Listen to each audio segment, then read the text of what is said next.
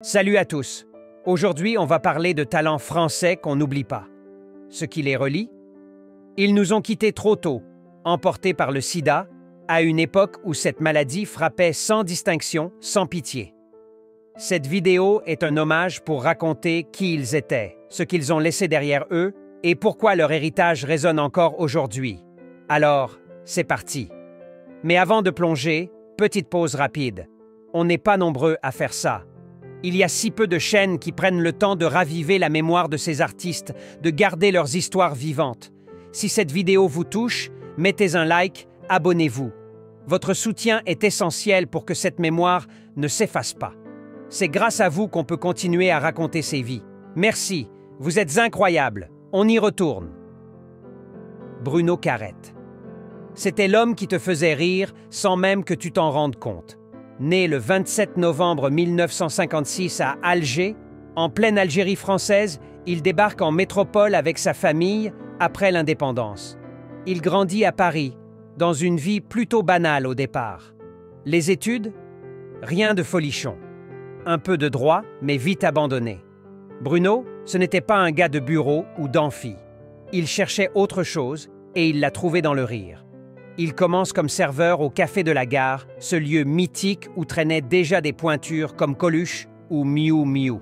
C'est là qu'il attrape le virus de la scène. Et puis, coup de chance, il rencontre Alain Chabat, Dominique Farrugia et Chantal Lobby. Ensemble, ils forment Les Nuls Ça, et là, c'est l'explosion. À partir de 1987 sur Canal+, ils cartonnent avec des sketchs complètement déjantés. Objectif nul, nulle part ailleurs, Bruno devient l'incarnation du délire organisé. Avec ses mimiques improbables et sa voix qui part dans tous les sens, il est inoubliable.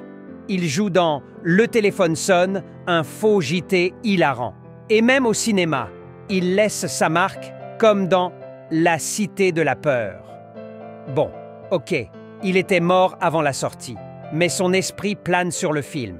Ses projets, c'était du pur génie comique. Et les Français adoraient ça. Mais derrière les rires, il y avait un combat invisible. Fin des années 80, le sida le rattrape. Il le cache, continue à travailler, mais en 1989, une lésion au cerveau liée au sida l'envoie à l'hôpital Cochin. Le 8 décembre 1989, à seulement 33 ans, Bruno s'éteint à Saint-Cloud.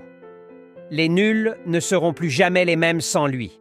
Chabat dira plus tard que Bruno était leur moteur. Un feu follet. Un homme qui vivait pour faire rire. Le sida l'a pris trop tôt, mais ses éclats de rire résonnent encore. Et ça, c'est sa victoire. Jacques Demy. C'était le poète du cinéma français. Celui qui a mis des couleurs et des chansons dans nos vies. Né le 5 juin 1931 à Pontchâteau, en Loire-Atlantique, il grandit dans un garage, fils d'un mécanicien. Mais lui, il rêvait plus grand. Gamin, il bidouillait des films avec une caméra jouet. Ses études l'amènent à l'École des Beaux-Arts de Nantes, puis à l'École technique de photographie et de cinéma à Paris. En 1961, Lola marque les esprits, un film en noir et blanc d'une finesse rare. Puis, en 1964, Les Parapluies de Cherbourg. Ce film chanté, avec Catherine Deneuve et la musique de Michel Legrand, est un chef-d'œuvre qui rafle la Palme d'Or à Cannes. En 1967, Les Demoiselles de Rochefort confirme son génie. Jacques, c'était le roi du cinéma musical à la française, un artiste qui transformait la vie en conte de fées. Il tente Hollywood avec Model Shop, puis revient en France pour Peau d'âne. En 1970, un classique enchanteur. Mais dans les années 80, le sida entre dans sa vie. Il le cache, continue à travailler, mais en 1990, une tumeur au cerveau liée au sida l'emporte. Il meurt le 27 octobre 1990 à 59 ans. Ce n'est qu'en 2008, dans un documentaire d'Agnès Varda, qu'on apprend la vérité sur sa maladie. Jacques Demy, c'était un magicien, un homme qui voyait la beauté partout. Le sida l'a pris, mais ses films brillent encore. Et ça, rien ne l'effacera. Romy Laurent. C'était ce visage doux, ces yeux clairs qui te restaient en tête. Né le 12 octobre 1957 à Suresnes, il grandit dans une banlieue tranquille. pas de détails croustillants sur son enfance, mais on sait qu'il avait la fibre artistique très tôt. En 1978, il incarne Laurent dans La cage aux folles, aux côtés de Michel Serrault et Ugo Tognazzi.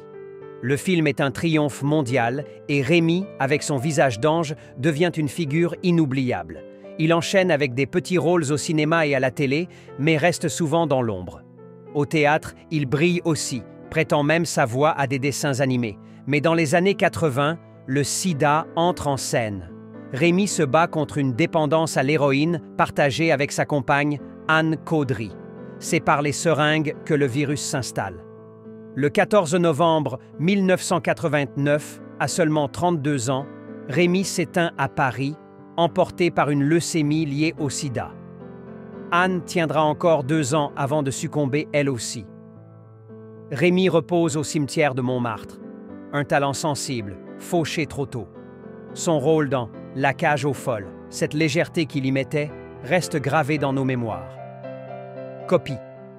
De son vrai nom, Raúl da Montebotana, c'était une tornade argentine qui a secoué Paris. Né le 20 novembre 1939 à Buenos Aires, il grandit dans une famille où l'art coulait dans les veines. Dessinateur, dramaturge, acteur, il était tout à la fois.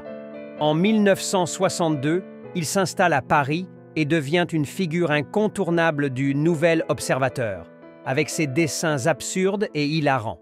Mais Copy, c'était bien plus qu'un crayon. Il écrit des pièces de théâtre déjantées, comme Eva Perón, en 1970, qui provoque même un attentat lors d'une représentation.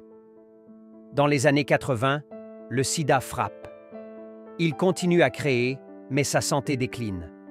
Sa dernière pièce, Une visite inopportune, est un miroir de sa lutte contre la maladie. Le 14 décembre 1987, à 48 ans, Copy s'éteint à Paris, emporté par une infection liée au sida. Un esprit libre, un artiste qui n'a jamais plié, ses dessins, ses pièces, son courage, tout ça reste. Anne Caudry. C'était une étoile filante au regard vert perçant. Née le 28 mai 1957 à Cambrai, elle était la petite-fille de l'écrivain Georges Bernanos. Actrice sensible, elle débute en 1978 dans Confidence pour confidence. On la voit ensuite dans Lavarbes avec Louis de Funès et au théâtre, elle brille dans Les Hauts de Hurlevent. Mais dans les années 80, sa vie bascule.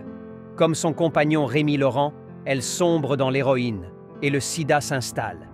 Elle se bat, s'engage dans la lutte contre la toxicomanie, mais le 23 août 1991, à 34 ans, elle s'éteint à Paris. Anne Caudry, c'était une artiste au talent brut, fauchée trop tôt. Ses rôles, sa grâce, eux, restent intacts.